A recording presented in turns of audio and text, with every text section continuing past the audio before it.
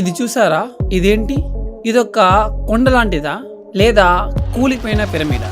దీన్ని క్లాంగ్ నాయ్ అని పిలుస్తారు. అంటే లోపల ఉన్న పర్వతం అని అర్థం. కానీ ఈ కట్టడం కింద బేస్ లో ఈ కెనోపైస్ ఎందుకున్నాయి? కానీ ఈ కట్టడం బేస్ లో ఈ క్యానపీస్ ఎందుకున్నాయి? రండి దగ్గరికి వెళ్ళి చూద్దాం. ఇది చూసారా? అసలు ఇవేంటి? ఇక్కడ ఇక్కడ ఇంకా ఇక్కడ ఉన్న ఈ విగ్రహ సంగతి ఏంటి? ఇవి మనుషులా లేదా మరేమైనా?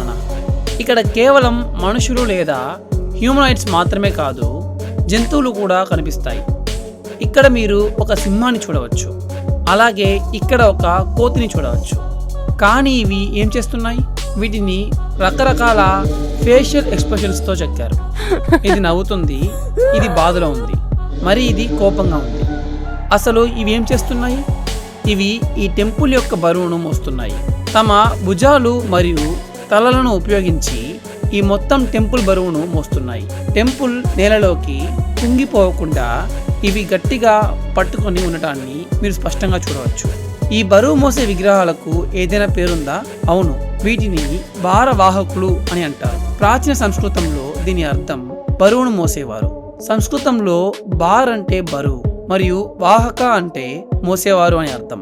ఈ విగ్రహాలు చేస్తున్న పని కూడా ఇదే. ఇవి ఈ కట్టడం యొక్క బరువును మోస్తున్నాయి.